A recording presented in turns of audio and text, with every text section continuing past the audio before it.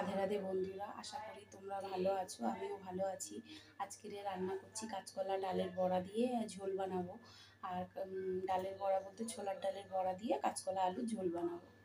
দেখো, আজকের কাঁচকলা আলু আর ডালের বড়ি দিয়ে ঝোল করবো। এর জন্য আমি দুটো কাঁচকলা নিয়েছি, নিয়ে এইভাবে লম্বা লম্বা করে কেটে, আর একটা বড় আলু এইভাবে লম্বা লম্বা করে কেটে ধুয়ে রেখে দিয়েছি। নিয়েছি কালকের রাত্রেবেলা আমি ছোলার ডাল ভিজিয়ে রেখে দিয়েছিলাম। ছোলার ডাল বাটা হয়ে গেছে, শিলের মধ্যে বেটেছি। অল্প কালো জিরে, পরিমাণ মতো লবণ, অল্প হলুদ গুঁড়ো, একটু জিরের গুঁড়ো দিয়েছি। দিয়ে এখন বড়াগুলো ভেজে নিই। সঙ্গে মশলাটা আমি ভালোভাবে মেখে নিয়েছি। এখন বড়াগুলো আমি ছোট ছোট করে ভেজে নেব। কড়া বসিয়ে পরিমাণ মতো তেল দিয়েছি বড়া ভাজার জন্য। এখন আমি বড়াগুলো সব ভেজে নেব। ছোট ছোট করে বড়াগুলো ভাজবো। সবগুলো আমি দিয়ে দিয়েছি।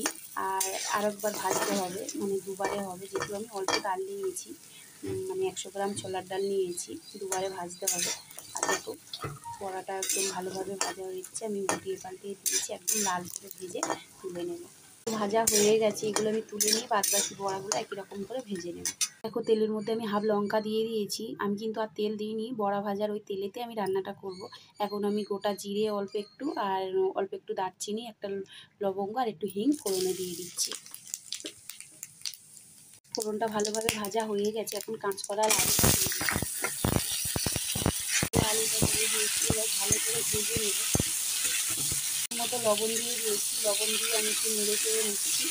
আর এবার ঢেকে ঢেকে আমি রান্নাটা করবো, যাতে আস্তে একদম লোতে দিয়ে দেবো, তাহলে ভালোভাবে ভাজাও হয়ে যাবে, সিদ্ধটাও ভালোভাবে হয়ে যাবে। আলু আর কাঁচকলাটা আমি খুব ভালো ভাজলাম না, হালকা করে ভেজে নিলাম। আর এখানে আমি একটু মশলা দিয়ে দিচ্ছি। এখানে দুটো শুকনো লঙ্কা আর একটু আদা আমি বেটে রেখে দিয়েছিলাম। দেখো, রঙটা খুব সুন্দর লাগছে। শুকনো লঙ্কা দুটো বেটেছিলাম, এখন দিয়ে দিয়েছি। এখন দিয়ে ভালো করে আমি নেড়ে চেড়ে নিচ্ছি। নিয়ে আবার গ্যাসের আঁচটা লো করে আবার ঢেকে দেবো। এখন একটা ছোট্ট টমেটো কেটে রেখেছিলাম, টমেটোটা দিয়ে দেবো। আর একটু বাটি দিয়ে একটু জল দিয়ে দেবো। মশলার বাটিটা দিয়ে একটু জল দিয়ে দেবো। মশলার বাটিটা ধুয়ে জল দিয়ে দিয়েছি। দিয়ে এখন আমি ঢেকে দেবো। আর দারুণ কিন্তু একটা গন্ধ বেরিয়েছে। এখানে আমি মশলা নিয়ে নিয়েছি। মশলা বলতে জিরের গুঁড়ো, ধনের গুঁড়ো, কাশ্মীরি লঙ্কার গুঁড়ো, হলুদ গুঁড়ো। হলুদ গুঁড়ো নিয়েছি 1 চামচ, কাশ্মীরি লঙ্কা নিয়েছি 1/2 চামচ, জিরের গুঁড়ো, ধনের গুঁড়ো 1/2 চামচ করে নিয়েছি। এখন মশলাটা আমি দিয়ে দেবো। মশলাটা এখন আমি সব দিয়ে দিচ্ছি। দিয়ে ভালো করে আমি নেড়ে চেড়ে নেব। কলাটা ভালোভাবে সিদ্ধ হয়ে এসছে, আমি ভেঙে যাচ্ছে। আলুটা একটু বাকি আছে। এখন মশলাটা দিয়ে ভালো করে নেড়ে চেড়ে নিয়েছি। আর এখন বাটি দিয়ে আমি একটু জল দিয়ে দিচ্ছি। দিয়ে এখন ঢেকে রেখে দেবো 5 মিনিট। আমি ঢেকে রেখে দেবো। কাঁচকলা আলুটা খুব ভালোভাবে সিদ্ধ হয়ে গেছে। এখন আমি জল দিয়ে দেবো।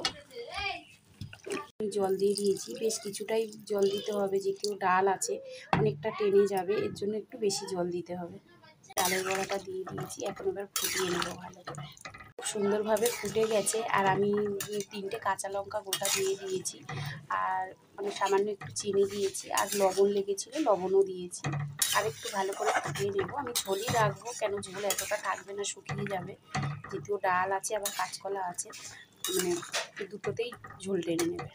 পুরোপুরি রেডি হয়ে গেছে। এখন আমি নামিয়ে নেব। একটা বাটিতে নামিয়ে নিয়েছি। আর এতটা কিন্তু ওই ঝোল থাকবে না, ঝোলটা আরও একটু টেনে যাবে। তাও আমি বেশি করে ঝোল রেখেছি, যেহেতু ডালের বড়া আছে, অনেকটা টেনে যাবে।